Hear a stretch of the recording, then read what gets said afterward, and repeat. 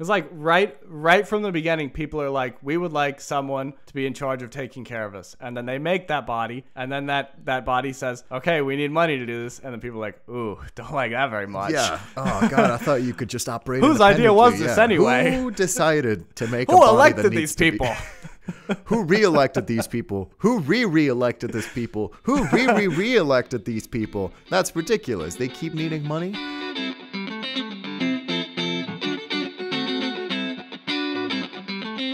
Ladies and gentlemen, welcome to Unbelievable, the podcast where I, Canadian chef Kurt Danner, tell my friend, rejected King's Pardon applicant Luis Mejia, two unbelievable stories from history, one of them true, one of them false. And it's up to me to find out which is which. Luis, I gotta tell you, I am feeling so good today because last episode we just recorded our clip show, and I don't know, I'm just in a good mood. I have some very fun stories with some very fun twists, because let me tell you, I got some extra smoke and mirrors for you today. Oh, just the way I like it. But before I get too carried away here, do you have a little fast fact to whet our appetite? Mayhaps true, perchance false. Kurt, I have a fast fact that will whet many things, I'm hoping. And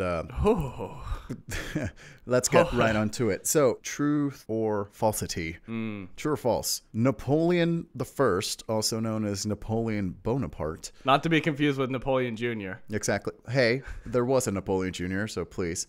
There's also a Napoleon III, so... The fact that I didn't know that only proves my point. Yeah, maybe don't speak where you don't know, Kurt. Anyway, continuing on. Napoleon I, a.k.a. Napoleon Bonaparte, loved stinky women, Kurt. Truth or false? Ooh, truth. He said, I want that thing unwashed. I want it stankin', cheesy. Sorry, don't let me step on the toes of your fast fact. I got excited, Luis, you know. I will tell you, Kurt, that this is a fact that is true indeed, okay? There's a bit of a slight story to this one. So, Kurt, before we started this podcast, I sent you a text message. If you could go check what the last two messages I sent you were, please.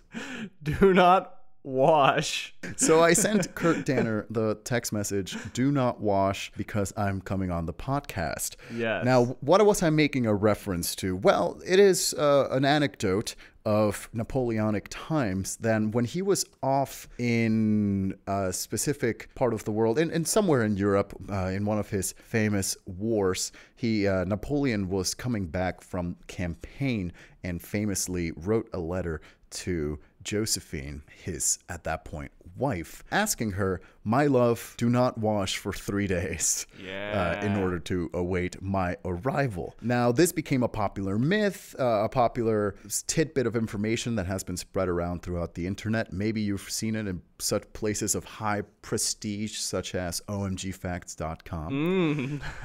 But because of this, it even made the popular British TV show named QI quite interesting, in which they claimed that this phrase was never said, that there was no evidence that Josephine was told not to wash. Where in this show, in this program, they said the earliest source of this phrase is in 1981 from a neurobiology paper, again from 1981. However, right now, the veracity or the truthfulness of this fact is disputed. Okay. Because this quote is attributed in that biology paper to a different source that has not been checked. And I have not gone through the due diligence to check it if it's true.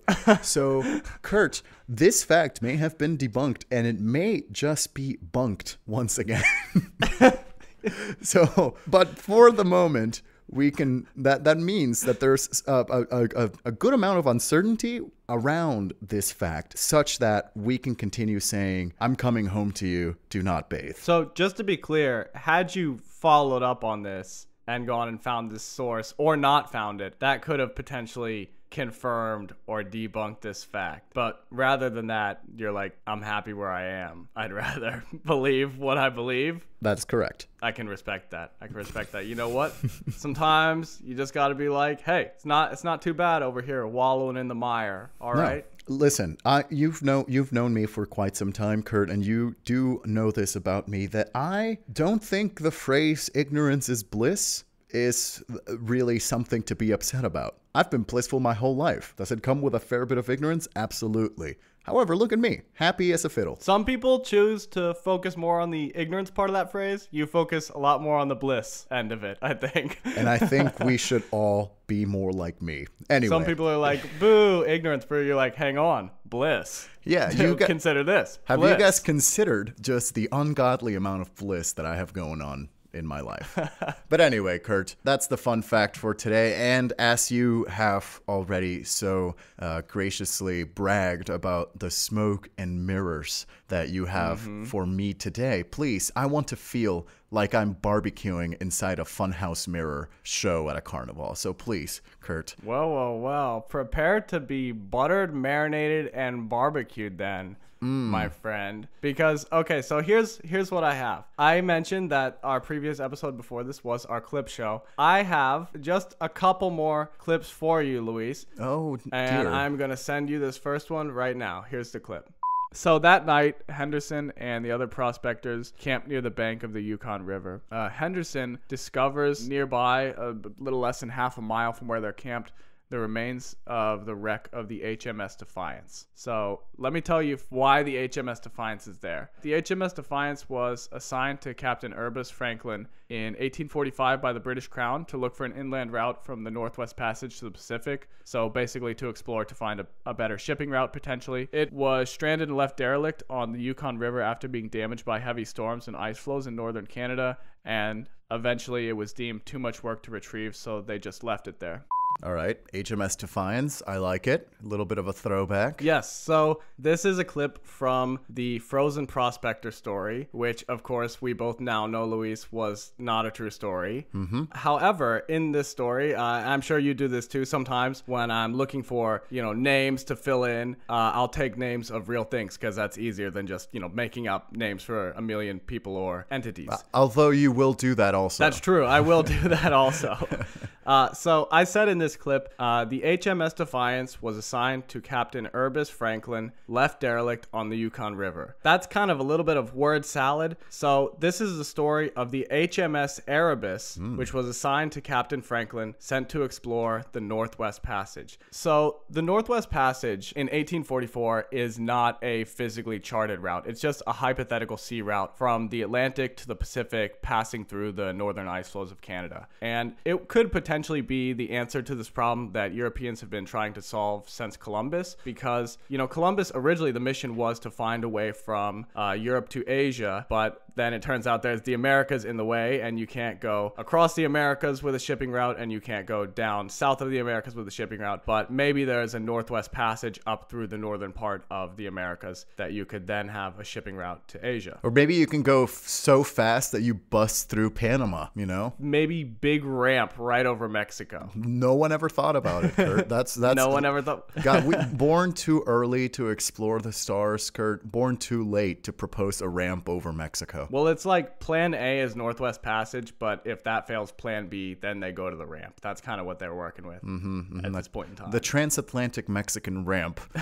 But at this point, the Northwest Passage is looking pretty tantalizing because they're super close to finding a chartable route because they've charted in from the Atlantic inward and in from the Pacific inward. So at this point, they estimate there's only about 310 miles or 500 kilometers in the middle left uncharted. Nice. And this really captures the attention of Sir John Barrow, who's the second secretary to the Admiralty of the British Navy, which is like a made-up title if I've ever heard it. Second secretary to the Admiralty? Sure, guy. Basically, he's one of the people who's in charge of the management of the British Navy. And he's got a long history of being involved in various types of Arctic exploration all around the world. What they don't say is that he was very good looking and very well connected.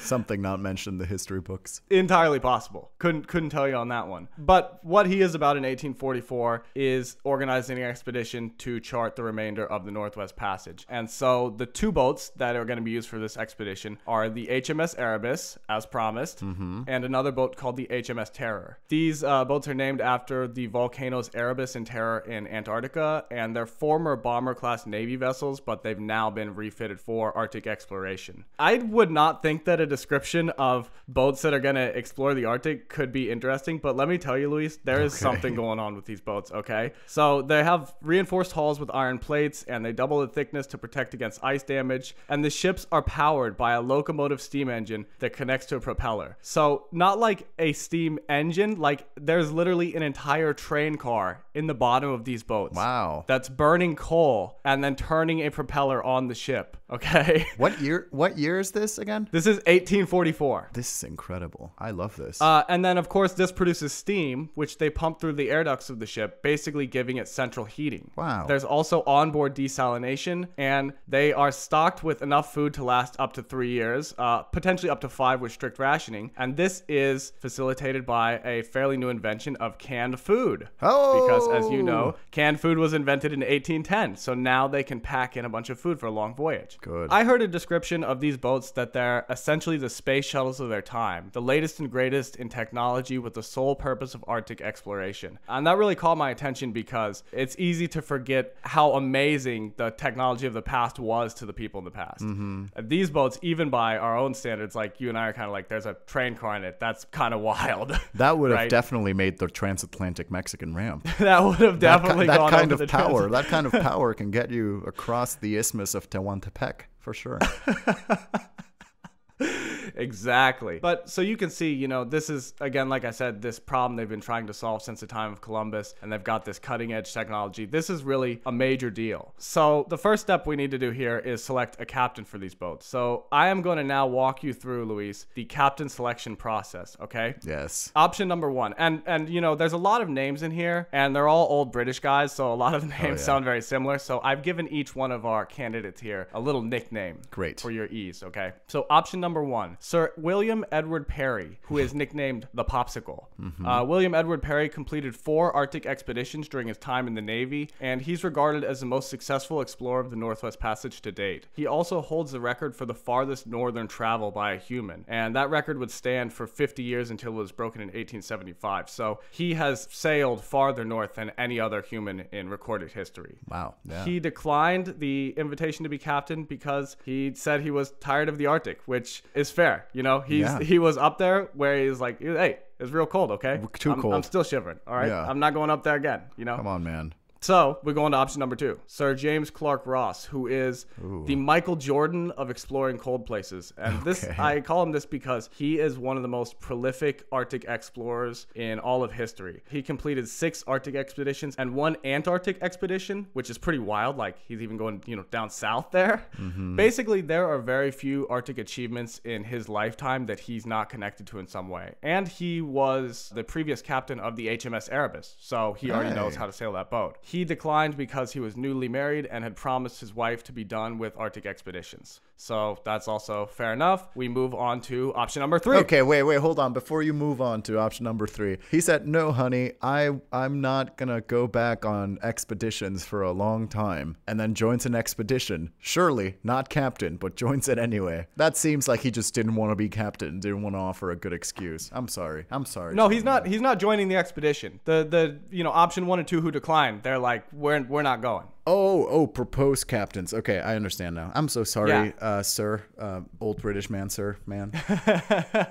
Like I said, he's the Michael Jordan of Arctic exploration. So he's not going to be just a regular crew guy carrying things. You know, he's getting the fanciest hat on board or nothing, right? Yeah. So in this case, it's nothing. Therefore, option number 3, Captain James Fitzjames, who is nicknamed the pseudo Nepo baby. And before we go into this, Luis, can you give a brief little explanation of what a Nepo baby is for anyone who doesn't know?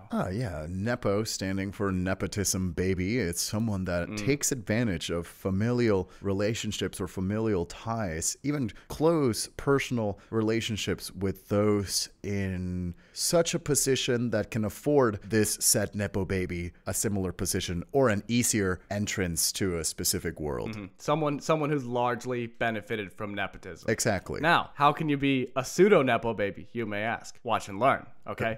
So, Captain James Fitzjames. He's very young, but he's known for his bravery and daring. There's a lot of stories of him sneaking into enemy encampments or directly charging enemy lines. And one of the proposed reasons for his bravery is that it could have been to offset rumors that Fitzjames was born in Brazil of illegitimate birth. Nice. But he served in the Egyptian-Ottoman War, and he served in the First Opium War. He's been on some naval expeditions, but not Arctic ones. And there's this story that on the way to the First Opium War, during a stop in Singapore, which, by the way, it's kind of funny to me that you can, like, have a stop on the way to the war. Don't worry, honey. I'm stopped. Well, I'm on my way to the First Opium War. Gonna make a quick stop. Got a little hungry. We're going past Singapore. Anyone need to pee? We can get off at Singapore right here. Hey, could you buy me some combos? Make sure to get the cheese filled, please.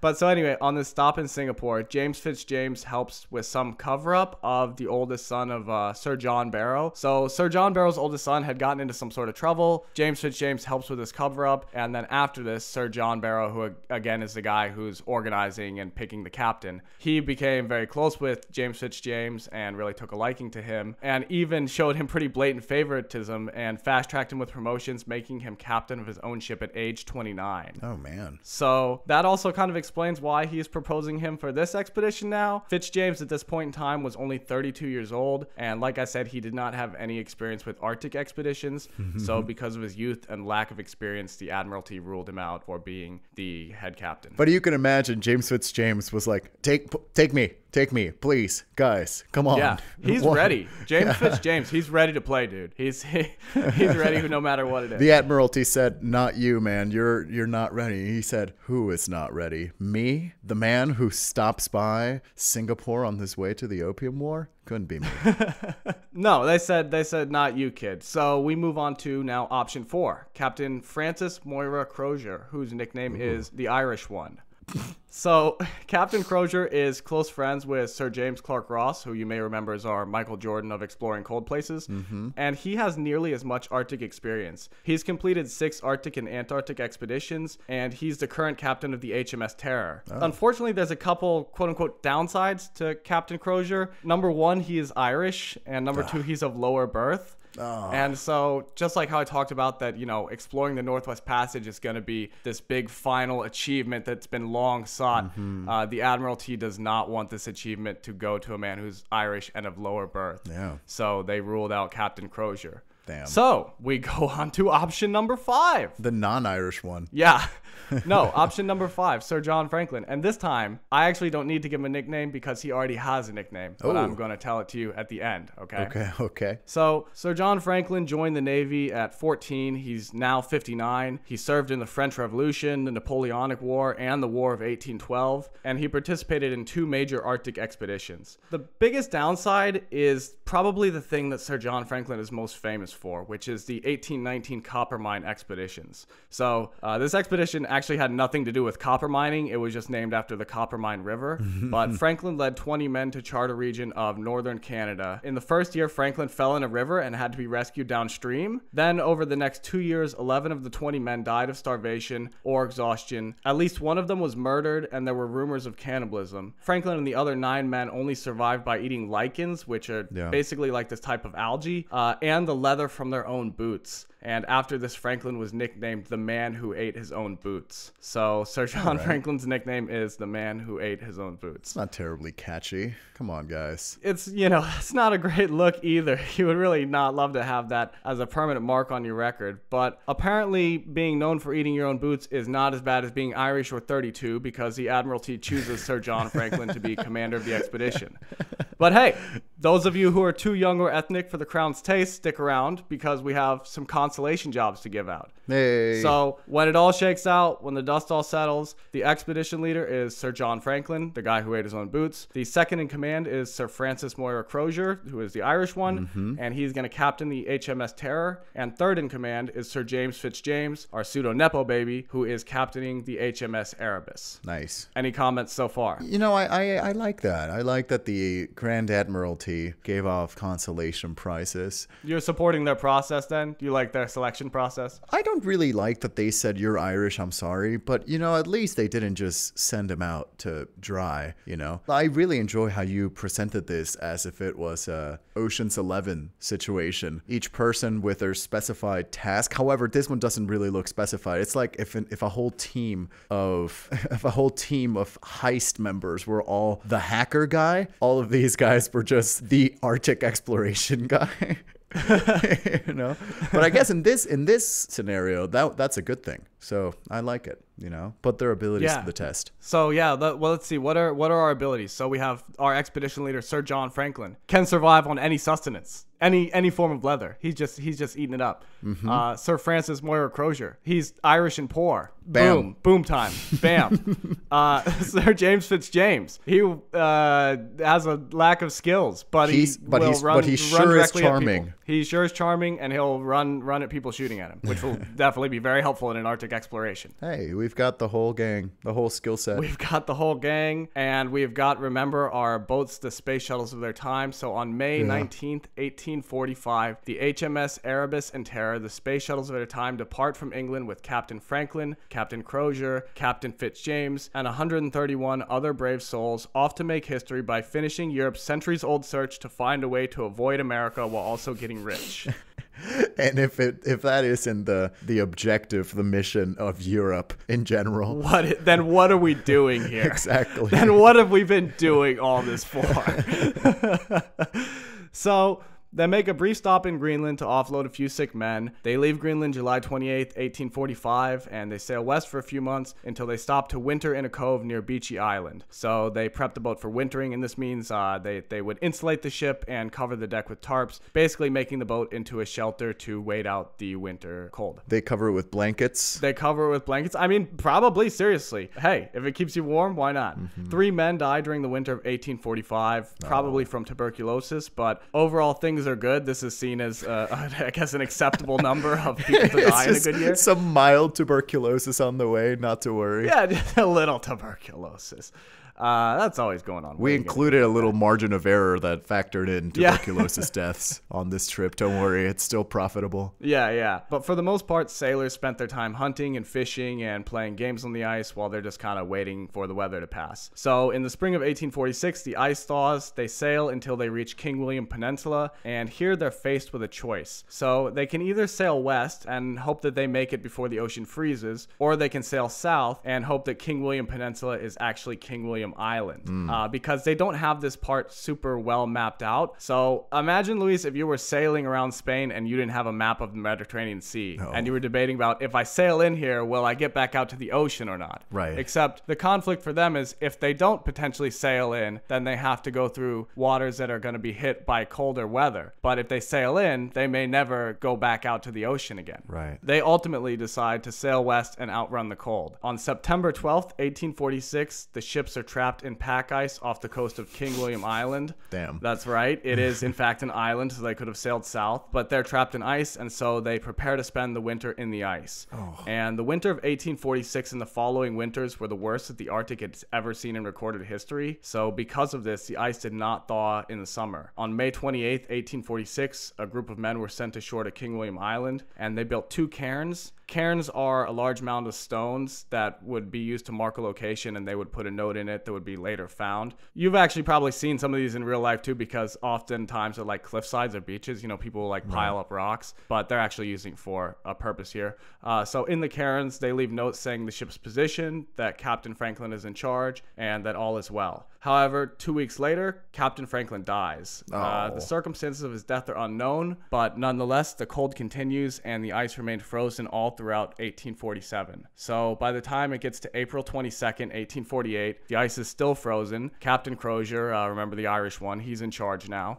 He makes the decision to load all the equipment onto sledges, abandon ship, and basically just start walking. So the sledges they've got some small boats on runners, and they weigh about 8,000 pounds, and they're just pulling them, just men pulling them with ropes. They add to one of the notes in the cairn on King William Island to say that 105 men under the command of Captain Crozier have abandoned abandoned ship to walk 800 miles to a Canadian trading post on the Back River. My God. 24 sailors have died, including Captain Franklin. Yikes. So this is the plan. They're just, with no other options, go for this 800-mile walk. Yeah. And from the get-go, they're in pretty bad condition. So remember the canned supplies that I mentioned before? The canning company was awarded the contract for 13,000 canned preserves only 7 weeks before the expedition set sail. So because of this, the process was rushed, and the lead solder used to seal some of the cans leaked into the food, likely causing lead poisoning. Oh, no. Also, in the rush process, some of the preserves weren't adequately cooked, leading to botulism in the food and, of course, giving them food poisoning. On top of this, they're 3 years into their 3-year supply of food, so you can, do the math there and see why that's going to be an issue. The pipes in their water desalination system also were lined with lead, so, lead poisoning squared. Why not? I don't know. Maybe the lead poisoning cancels out. I'm not a lead poisoning doctor, but I think that's bad. Is there a third instance of lead poisoning, Kurt? Because maybe that's the one that cancels out. Not that I know of, but we have to do a little more research here. I don't know. Maybe I should have also followed up on some sources. Shoot. But if only was there a third lead poisoner? That's a conspiracy. If there was a third lead poisoner, they probably would have made it out. Well, hang on, because I'm not done with their health problems yet. Because also, the lemon juice that they brought to combat scurvy would have likely lost all its potency by 1848. Oh, so damn. at this point, the men are freezing, exhausted, malnourished, starving, lead poisoned, dying from scurvy, pulling 8,000-pound sledges, marching 800 miles through ice and snow. That's what we in the business call not a great time. That's not ideal. Not what you signed up for, I hope. Not really. Yeah, those like what 14 guys that were let out in Greenland must be surely so happy at this point. I know whichever one of them just had like a bad cold is like, dodge the blood. Right, yeah. So while they're on this march, as one of the men would become too weak or ill to continue, they would just put their bodies in the sledge and then continue pulling. But so then this would add to the weight for the remaining men. When the weight would become too great, the sick men would be left in a tent with some food and an empty promise that they would come back for them once they reached civilization. Oh, God. So this is a pretty dire spot to be in, no doubt, right? I was about to make the joke that maybe some lazy sailors were just saying, "Oh no, I'm sick. Oh God, I'm sick. Put me in the sledge." Oh no, you don't want to be in the sledge. You don't want to be in the sledge. You don't come back after from all. the sledge, okay? But pause our little death march here. Because meanwhile, back in England, Lady Jane Franklin, the wife of Sir John Franklin, man who ate his own boots, so on and so forth, first of his name, his wife, she's been pushing for the Admiralty to send a search party. And after 2 years with no word from the expedition, there is growing support from the public and the press. So in 1848, the Admiralty finally decides to organize a search effort for the Franklin expedition. Ironically, unbeknownst to Lady Franklin, her husband's already been dead for 2 years at this point. But anyway, this search goes ahead. And to the Admiralty's credit, it's actually a pretty extensive search. They send out 3 separate search parties. One of them is led by Sir James Ross, the Michael Jordan of exploring cold places. He's back. So he's out of retirement for this one. Yeah. That did not take long. And they offer a 20,000-pound reward to anyone who finds the crew of the ships. This is about 2 million pounds in modern money. Yeah. So they find the graves of the 3 sailors buried on Beechy Island. These are the 3 from the first winter who likely died of tuberculosis. They find some forgotten items such as empty cans or lanterns, but mostly they get interviews from the local Inuit populations. And so these are the reports that they get from that. So in 1850, Inuits found a ship with a large smokestack trapped in the ice, and the description of the smokestack confirms that it was either the Terror or the Erebus. On board, there were a few dead sailors in their bunk, and there was a fire still burning in the stove, leading them to believe that the men had died recently. It's not clear why the men would have been there on the boat. Maybe some had returned from the march to go back to the ship and then died there. Quick question, Yes. Kurt, if I may.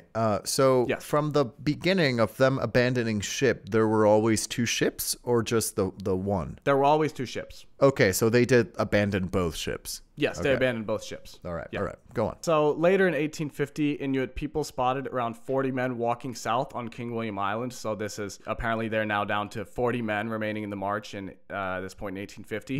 In 1851, a group of only 4 men was spotted. Oof. And sometime between 1852 and 1858, Inuit spotted Captain Crozier, who they identified using photos, and 1 other man walking south. At the time of this sighting, Captain Crozier could have been as old as 62 years old and survived up to 12 years in the Arctic. Damn. Because since it's between 1852 to 1858, apparently they couldn't nail down when this sighting was exactly. On the lesser end, he's 56 years old and has survived 6 years in the Arctic. So he's been walking on this march for 4 to 10 years. Damn. And then this is the last sighting of any of these men. Inuit people also reported accounts of seeing starving men resorting to cannibalism.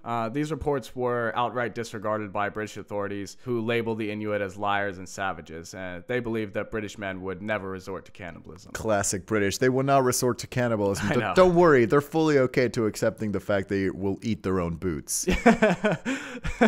Come on. Yeah, they're like, this expedition led by the man who ate boots and algae. Oh, no way. Don't worry. What's you don't understand. Eating your own shoe, it's the highest class, dear. Professionals have standards. I will eat only the finest leather of the finest shoe. Exactly. So there is also one other finding from this search. While searching for the Lost Franklin expedition, an expedition that was led by Commander Robert McClure successfully charted and traversed the Northwest Passage. Hey. So mission accomplished? Is that it? Did we do it? Are we did. Rich now while avoiding America? Northwest Passage, done. Here's the thing. Turns out navigating the Arctic might not be such a good idea just generally, because Robert McClure also got trapped in the ice and had to be rescued by another captain named Sir Robert Belcher, who then also had to abandon 4 out of his 5 ships in the ice and be rescued again. Jeez. So March 31st, 1854, the Admiralty officially declared all members of the Franklin expedition to be deceased and ended the search. But there's no bodies and they never found the boats, so public curiosity is pretty far from satisfied.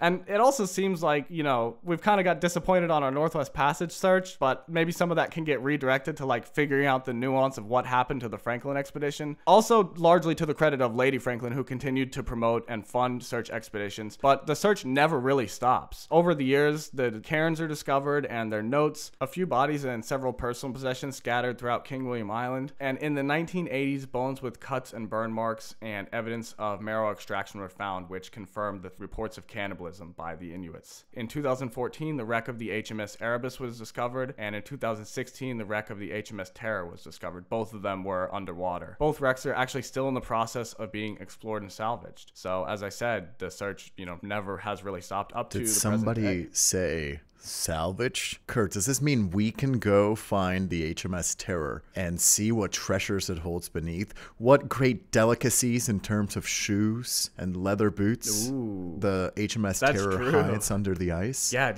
we got to go to like the captain's quarters, and he's got, the cabinet. And you open the cabinet, and then there's even another door with like a special lock, but we know how to open the lock. And it's replete with gold like the end of the Goonies. Yes, the finest aged leather in there too. Oh, it's like stamped with a year, it's from the harvest this year. It's the boot leather equivalent to Wagyu beef. Yeah, exactly. It's the skin of the Wagyu beef. Yes. It's Wagyu chicharron. Yeah, after this podcast, let's get right on that. But in the meantime, what do you think of the story? That's good, Kurt. I love that humans have had a history of just wanting to explore just generally. And I think the idea of just old sailors or sailors in general just saying, you see this place that should be completely unreachable. I'm going to reach it. I'm going. I'm doing it. I'm going in.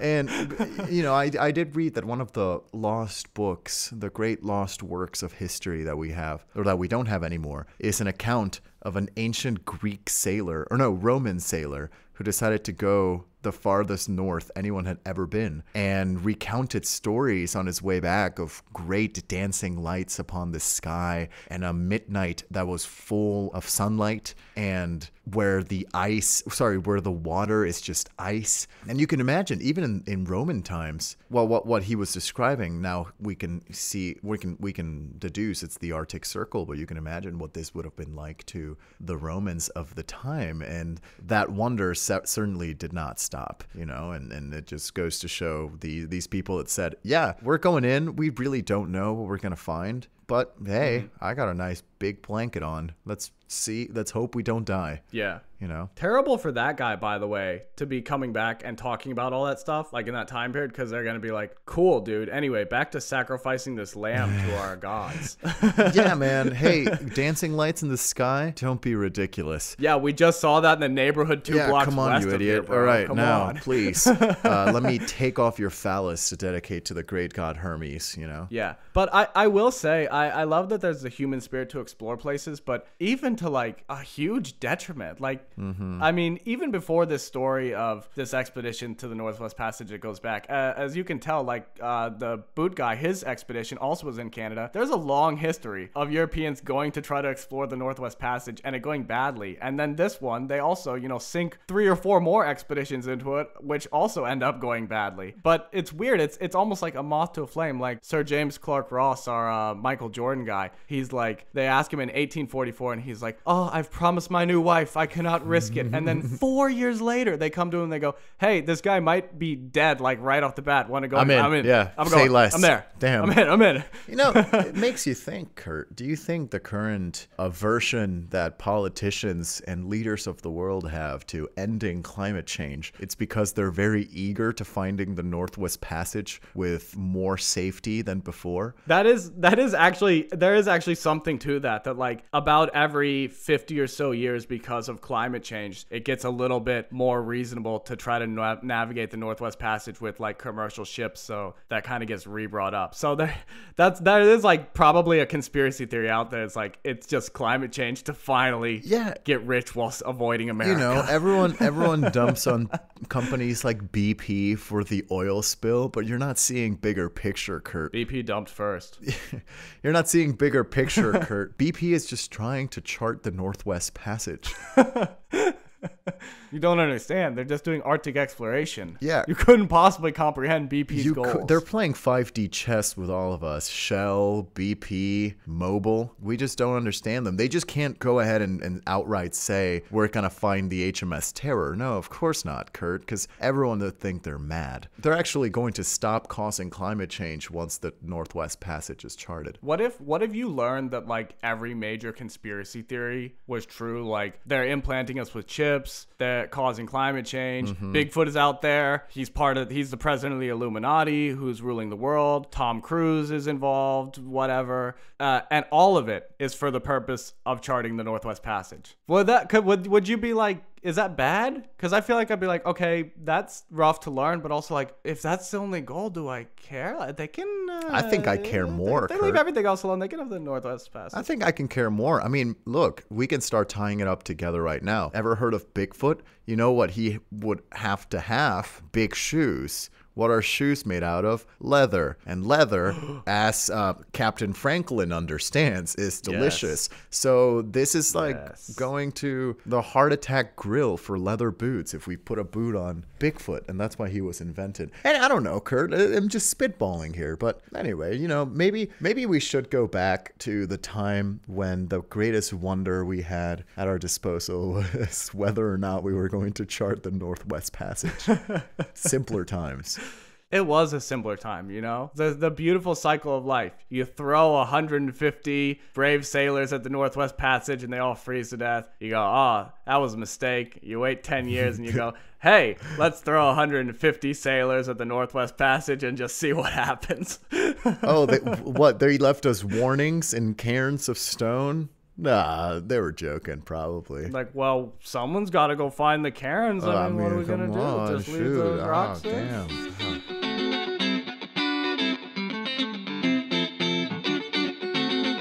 So, Luis, you can probably guess where this is going now that you've seen the format of the first story. I have got a little clip for you. Damn. Here it is. Let's hear it. Several World War I soldiers invited as guests of honor. First and foremost, Georgie's son, Granby Henderson. He was a World War I soldier. Granby? Yes. Good name. Also, 3 of Granby's friends, named in the Nevada Appeal as, quote, Foul-Weather Jack, Pork Barrel Bailey, and Old Chappie, which, love it. What does pork barrel used as an adjective mean? You know? Yeah, I don't know. I just kind of like word saladed the World War I names until I came up with Pork Barrel Bailey and Old Chappie and Foul-Weather Jack. Actually, Foul-Weather Jack might have been a real one from somewhere, but Pork Barrel Bailey's all me, baby.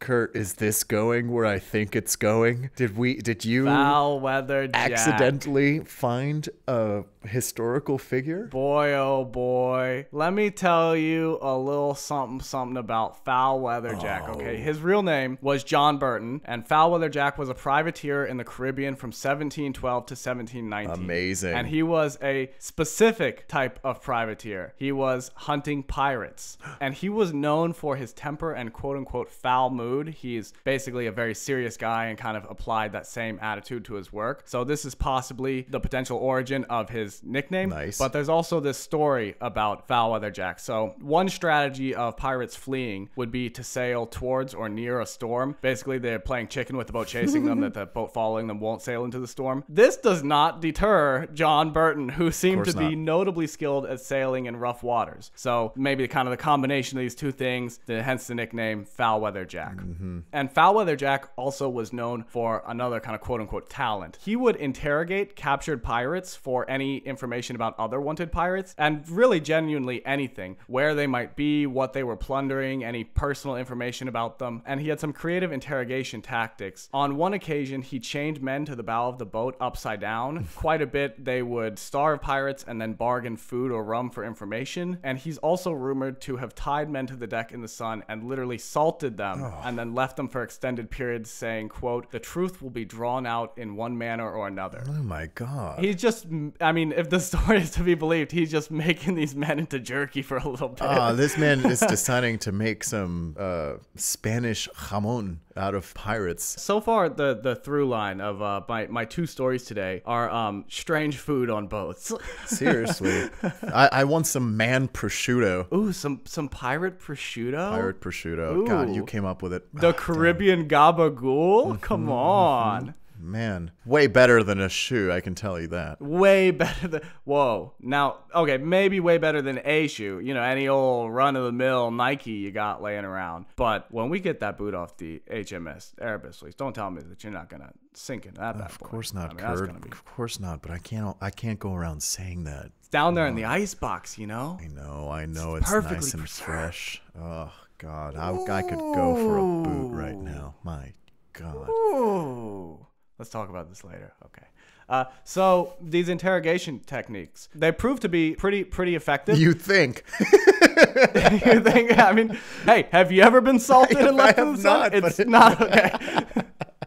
And the information that he gets from them does prove to be pretty useful as well, mostly for tracking down the whereabouts of wanted pirates, but also sometimes the personal information. On one occasion, Foul Weather Jack learned that this pirate named Jose Enriquez was deeply religious, so when he went to apprehend him, he brought several priests with them and kind of sort of used them as like human shields. Enriquez was scared to fire at Jack's men for fear of hitting one of the priests, nice. And so he was easily apprehended. God, this man's doing it. In 1719, Foul Weather Jack and his ship and crew were lost in a storm off the coast of Cuba, pursuing a pirate named Charles Vane. Jack particularly wanted Vane, and this is because in 1718, the previous year, the new governor of Nassau, who was a man named Woodes Rogers, offered a royal pardon to pirates. So basically, if you've been a pirate and you want the slate wiped clean, you can come forward and have that done. Charles Vane, when the governor showed up, went out of his way to attack the governor's boats and even sank one of them before escaping. Nice. Do you think afterwards he went up to the governor and said, "Hey, I don't know, I just sank your ships, but you did offer that pardon. I am here to bargain for my armistice." Yeah, I don't think that was his goal. And he kind of like shot the boats in some way where he was sailing on the way out, because he was allegedly seen laughing as he sailed away from the sinking ship in flames. So the governor really wanted Vane. Foul Weather Jack, as an extent of that, really wanted Vane. But of course, as I said, he and his ship were lost in the storm pursuing him. And Vane actually never was captured by the governor, because in 1720 he was killed in a mutiny led by his quartermaster. Damn. His quartermaster was a man named John Calico Jack Rackham. Nice. Ooh. Special guest look at appearance. That little cameo. I like this, yeah. Yeah. This story is not about any of that, though, actually. Yeah, it's just for color commentary. This story is actually about Benjamin Burton, the grandson of John Burton, a.k.a. Foul Weather Jack. So we got Foul Weather Jack's grandson in the mix here, Interesting, okay. And Benjamin Burton continued the family tradition of privateering. He was first made on a privateer ship for the U.S. in the War of 1812. I mean, it wasn't an American ship, but he was fighting with the Americans. And this one when he was 22 years old. After the war, he became the captain of his own ship, and in 1821, he bought a house house in South Carolina and started an import-export business. And he got fairly wealthy from that. In 1835, he was elected as governor of South Carolina. During his first term as governor, not really anything happened. In 1839, he was reelected by an overwhelming margin, and this is mostly for his opposition to government taxation. He talks a lot about states' rights and the mandate of every free man to live freely. Yeah, classic. These, as you know, Luis, are very popular ideas in this time period when tensions between the federal government and local governments in the South are pretty high. And keep in mind, this is 1839. The American Civil War is going to start in 1861. So that's, you know, we're getting close to that. So that's kind of the level we're at here. Yeah, this is the period in time where being a libertarian could mean that you will join the Confederacy. You know, right now, libertarian bros have crypto. Back in the day, what did libertarian bros have? It was just tax avoidance. That was it. Oh yeah, well that too. I mean tax avoidance and own slaves. Yeah. Yeah, you know, it's a tax deductible. Yeah. So in 1841, Benjamin Burton issued the Ordinance of Nullification, and this was a response to a newly issued federal tariff. So the tariffs were on exports going out of South Carolina that were from plantations. The Ordinance of Nullification declared them unconstitutional. Basically, he said we're not paying any taxes we don't like. Nice. Hell yeah. And this causes a big problem, as you can imagine. Eventually, after quite a long, drawn-out process, he's forced to concede some other taxes to appease President Tyler, because President Tyler threatened to deploy ground troops if the situation wasn't resolved. But all in all, this is still kind of seen as a win for Burton because he stood up to the federal government and made them bend a little bit on this issue. In 1842, he proposed extensive budget cuts to the state government, and he hypothesized that the money could instead go towards infrastructure. This is a very popular idea. The following year, in 1843, he expanded and renovated ports in Charlestown and Georgetown, and he also dramatically slashed export taxes on plantation goods. These things also were very popular, as you might imagine. However, later in 1843, rumors started to circulate about an affair between Burton and a pregnant mistress. Burton, for the record, is married with 2 children. You know, obviously, as you can imagine, in this time period, having a pregnant mistress would be bad either way, even worse when you're married with 2 children. But despite this, in 1844, he's reelected again. And you may be saying, actually, he's re-elected because didn't I say he's reelected before? At this point in time, there are no term limits for governors. It is a bit of an anomaly for a governor to serve 3 terms, but it's not unheard of. But we have not yet reached the point in history in the United States where people are worried about, what if someone just like kept getting reelected over and over and over forever?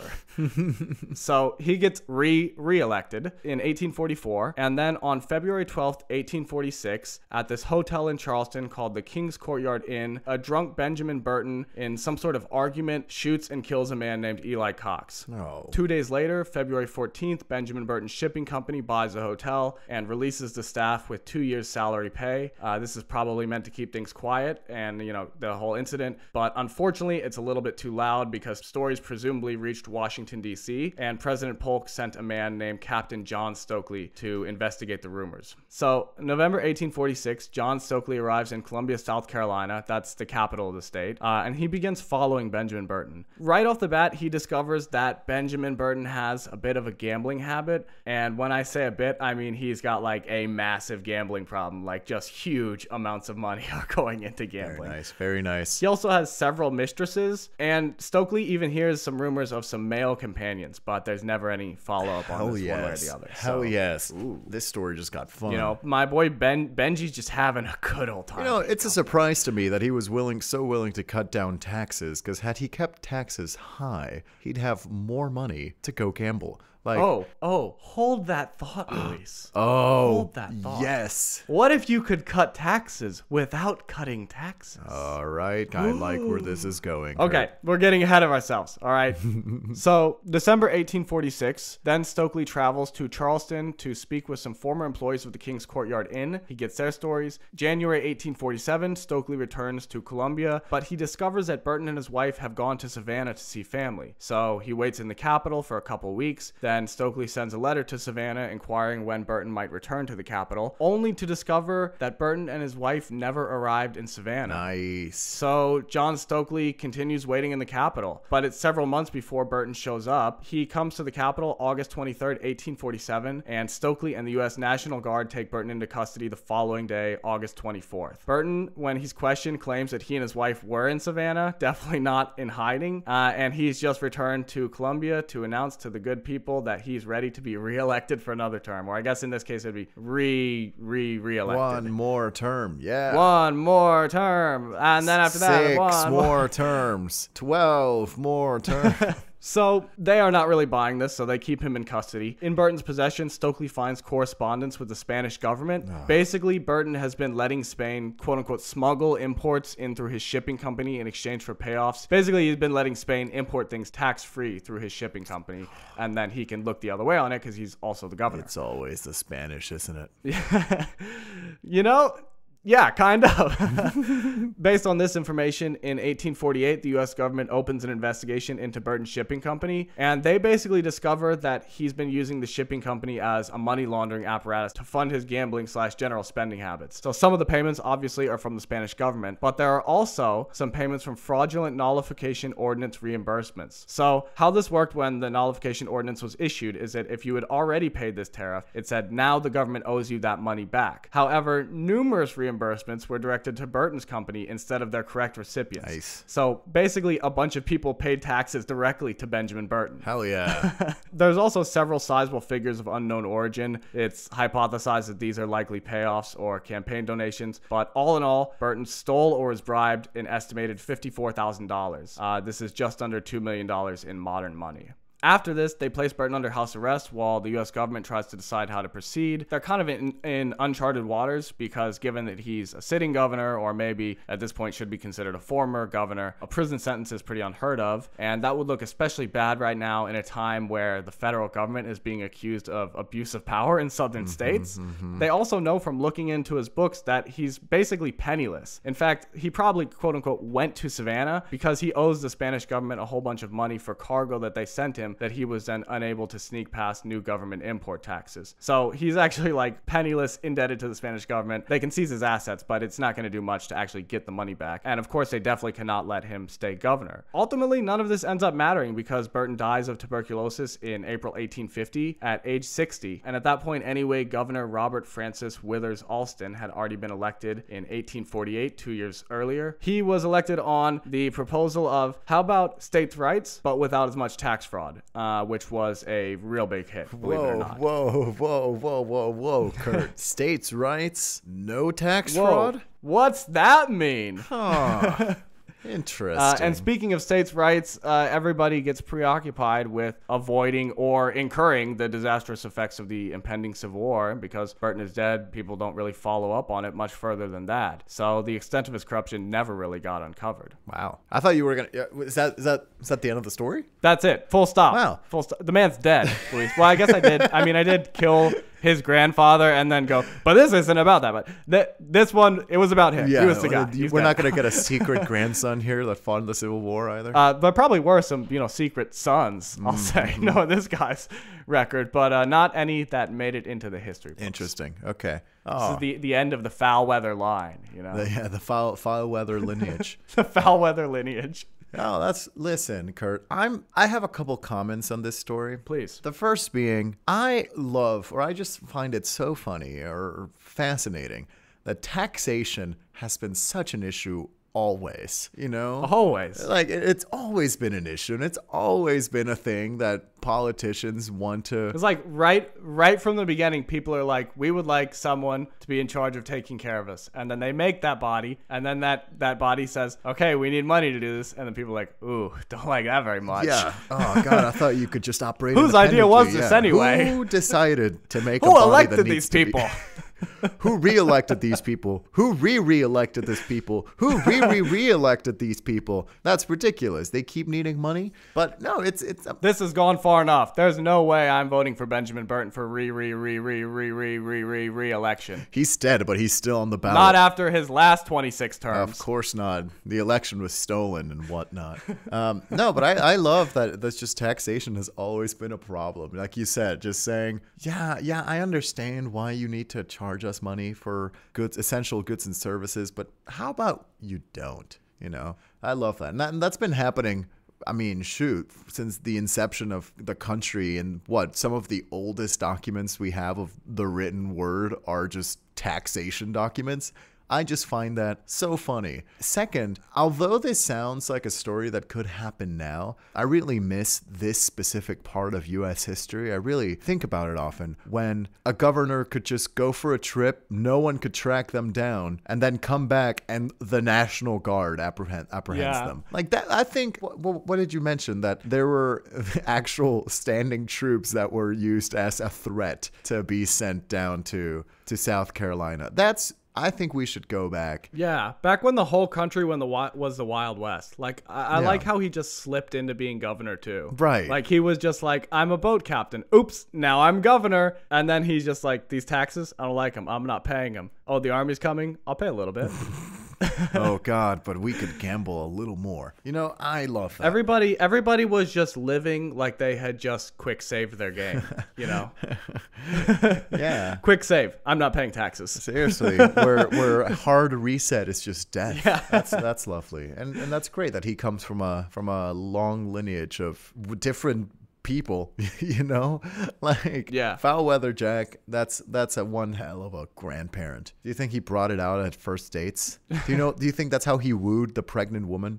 Anyway, now all I gotta say, Kurt, I think this particular period of U.S. politics is great. Back when you could make a grammatical error in your speech in Congress and got beaten up by a cane, you know, that I think this was really, really a time. Sure, a lot of people didn't have it well. AKA the slaves. The disclaimer. It was never the golden age for everyone. No. Right? It's never a golden age for anyone. And, you know, the country was going to face its most devastating war in its history in just a mere 20 years. But its most devastating war in history this far. Exactly. And, you know, come on. I'll lay some of my cards out on the table. But I'm not a huge fan of former President Donald J. Trump, President of the U.S. I'm not a big fan of him, but I will say that he has brought some goofiness back into the presidency and back into some political leaders that I think we've been missing since the 1840s. You know, that's true. It's true. It is getting strange over here. You know what it is? I think it's because when they first formed the country, there was all kinds of, you know, like people testing out the rules or seeing what they could break. There was a whole lot of like, well, no one ever tried this before, so we don't know what to do in this situation, you know? Yeah. And I feels like the political system had gotten lulled into like, we figured out how this works. And then the last few years, it's just been like, all of a sudden we realized a whole bunch of new things. And now nobody knows what you can and can't do anymore. I love it. You know, it's terrifying. However, history repeats itself. It's terrifying, but it's really fun. Watch out. Who's the governor of South Carolina? Tell him to stop paying taxes right now. Also, stop taxing Spain.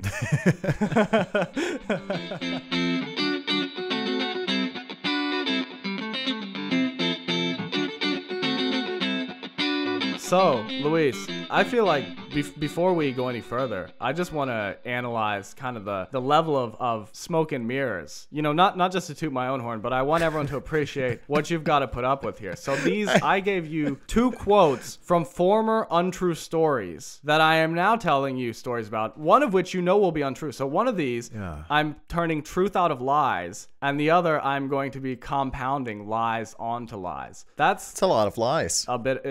We're just got it's many layers of a cake here. It's what we got going. Many layers of a cake called disinformation. But I love how you introduced that, Kurt. Hey, Luis. New band name, I call it a cake called disinformation. You came up to me saying, "Hey, Luis, could you tell me how good a job I did, please?" Anyway, no, it's good, Kurt. I didn't really put it together until you just said it right now that both of the stories you shared are false stories or were false stories at the time. Right. That's incredible. Well, obviously, I can't correct true stories, you know. Well, Kurt, I more and more I dislike making this podcast because we're getting too good at stories. You know, I hate being put into this predicament. But anyway, let's move into my least favorite part of this podcast, which, as we all know, our least favorite part. Exactly. Deliberation.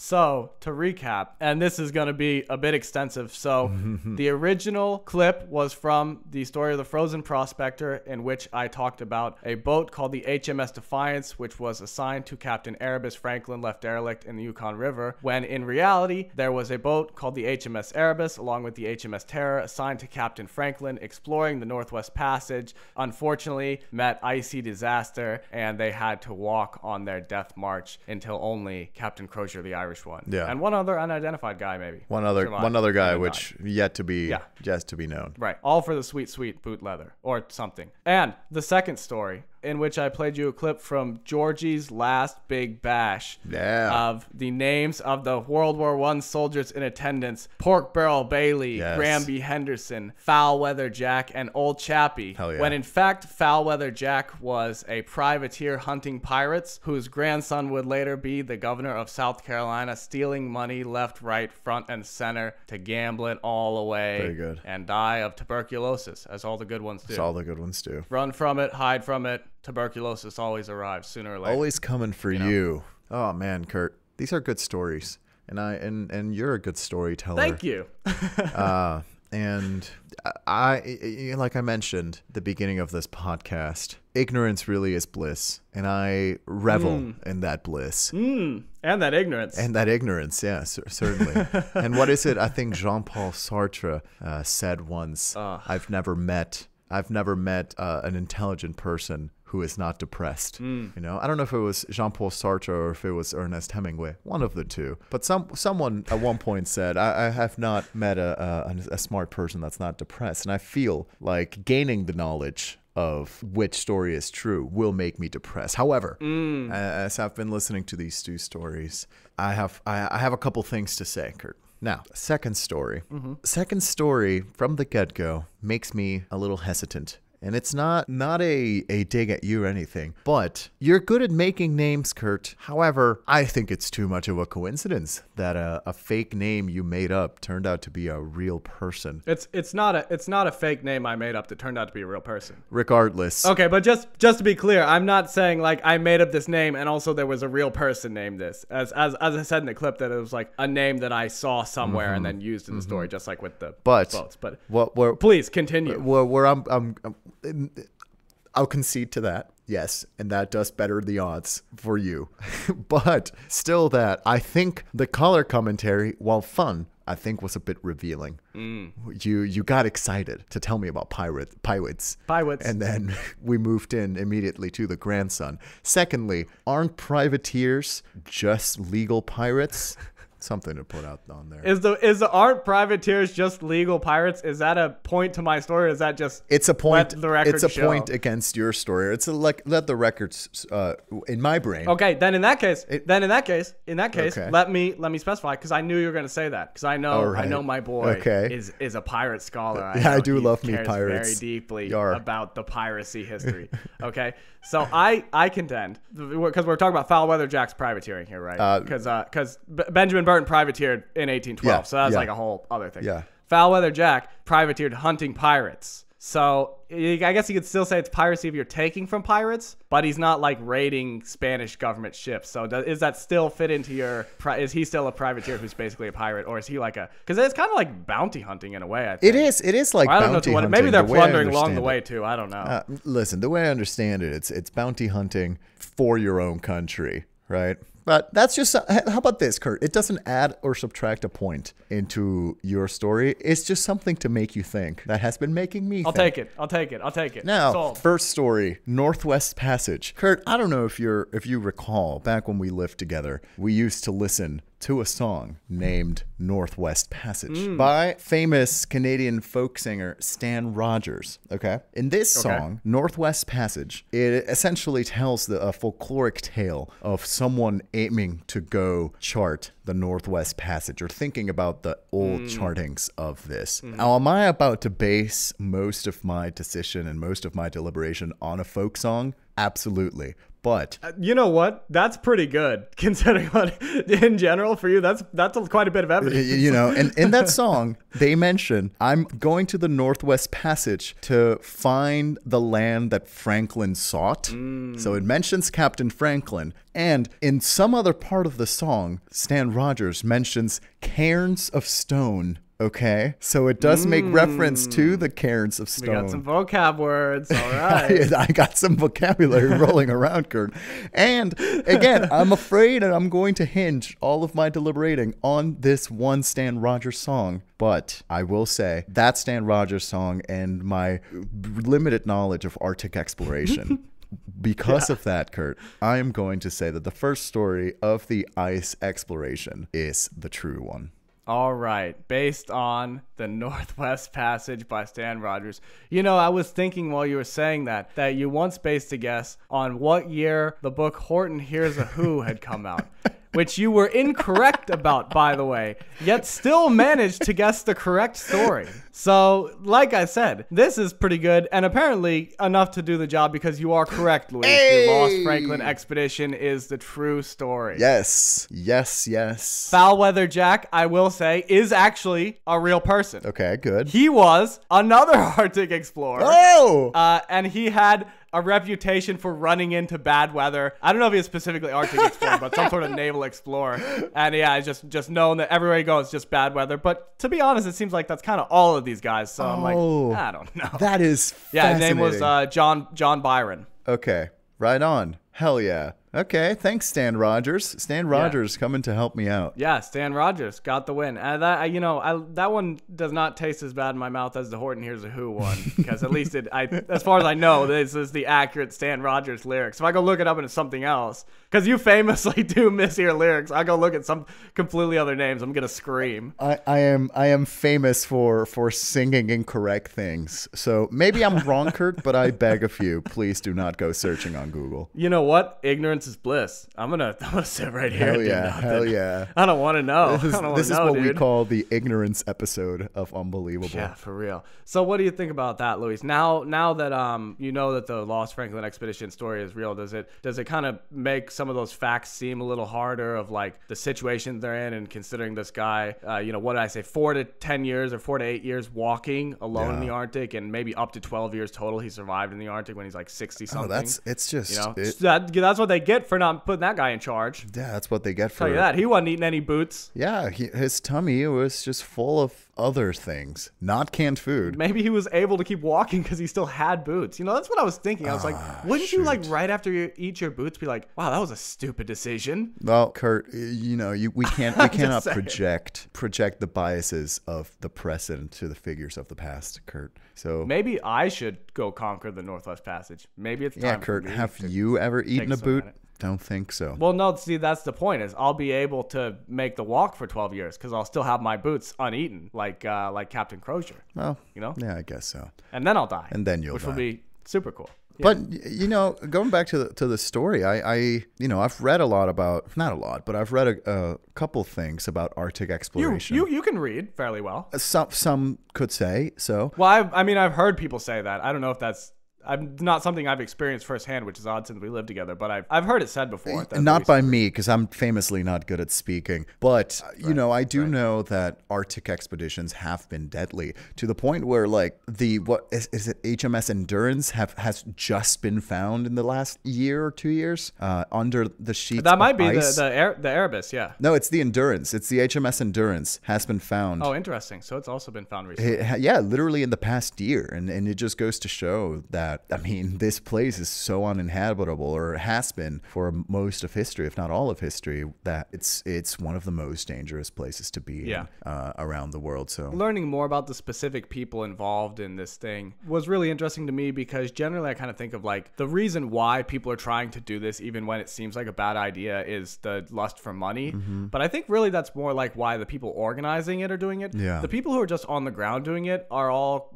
got this sort of like adrenaline junkie adventurer, want the achievement and the glory type thing, to a clear point of like putting themselves in very real danger. You think about, Sir James Clark Ross, 6 successful Arctic and Antarctic expeditions. Just 6 successful Arctic ones and a couple more Antarctic ones on top of that. That's an insane amount of your life to be spending in the cold, even if you are wildly successful on all of them. They all go according to plan. For sure. And again, we talked about this sense of exploration that humans have, and it's just fascinating that, like you said, a lot of people just say, yeah, I want to do this for the sake of doing this. It reminds me of the people that are always seeking the highest thing to jump off of. Why the hell did Felix Baumgartner in 2014 jump off of a platform in near space? 'Cause we can, I guess. I think it's the same. Yeah. Even just like at the beginning of this episode, we were talking about the guy who had been the farthest traveled North human. Yeah. So I kind of thought when I read that, like, what's the point of that? Like, they just sailed until they're like, okay, we crossed the line, mark like where we are, now go back. Yeah, seriously.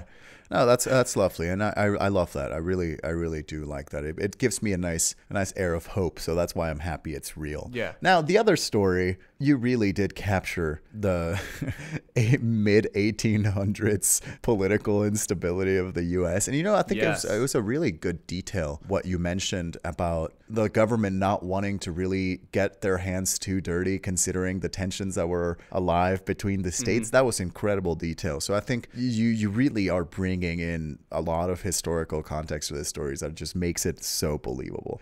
If I didn't know about the Northwest Passage from that Stan Rogers song, Kurt, I would have fallen for it because it's such a, I mean, shoot, it's a story that you hear now. Right. Yeah. So I think that I probably would have fallen for, at least made my decision a little bit more difficult. But that was good. Well, it's got all the stuff about foul weather Jack on the front too, which was like largely borrowed from the little anecdote about Charles Vane, the pirate. That was a true thing that Charles Vane did at one point. So it's got a lot of like facts in there that make it feel very real. Well, speaking of the piracy section, Kurt, did you make up salting pirates or salting captured pirates? Yes, I made up all the interrogation and stuff. So all the information about foul weather Jack is completely made up. I just imagined all of that, and what is his personality and these stories of this anecdote of why he's called foul weather Jack. So the only borrowed facts in there are Charles Vane really had this incident with the governor. He also he was not killed, but he was deposed in the mutiny by Calico Jack Rackham. Okay. And any other, I mentioned Jose Enriquez, I think, was a real pirate, but he wasn't religious. But yeah, this about salting guys was made up. So you sick man. I mean, you lived with me, Luis. I can't believe that you would not picture I could be capable of imagining.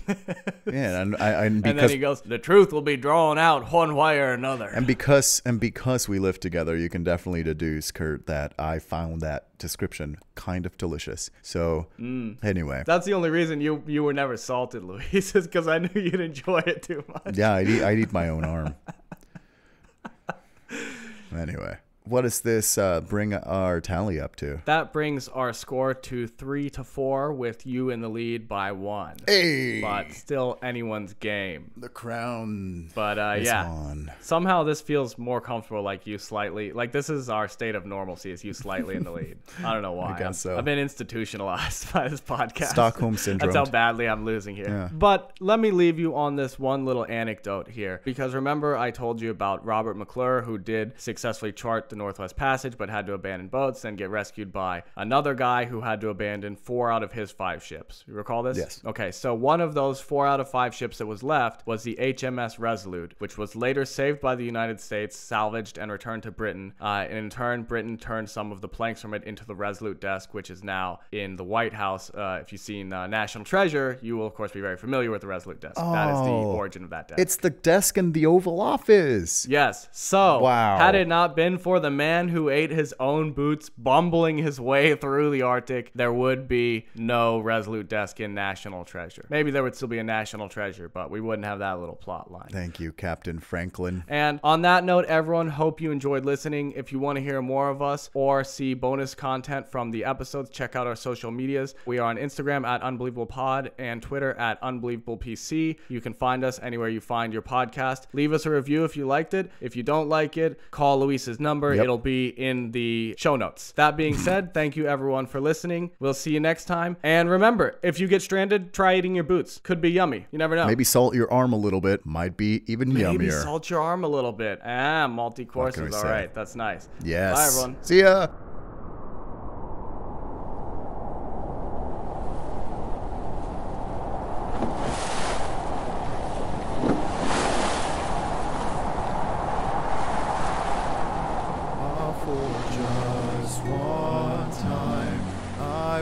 Take the Northwest Passage to find the hand of Franklin reaching for the Beaufort Sea, tracing one warm line through a land so wide and savage, and make a Northwest Passage to the sea.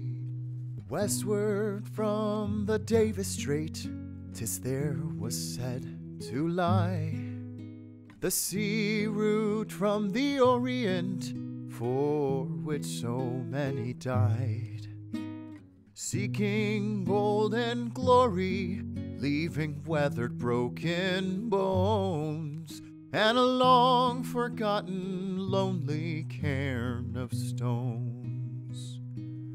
Ah, for just one time I would take the Northwest Passage to find the hand of Franklin reaching for the Beaufort Sea, tracing one warm line through a land so wide and savage, and make a Northwest Passage to the sea.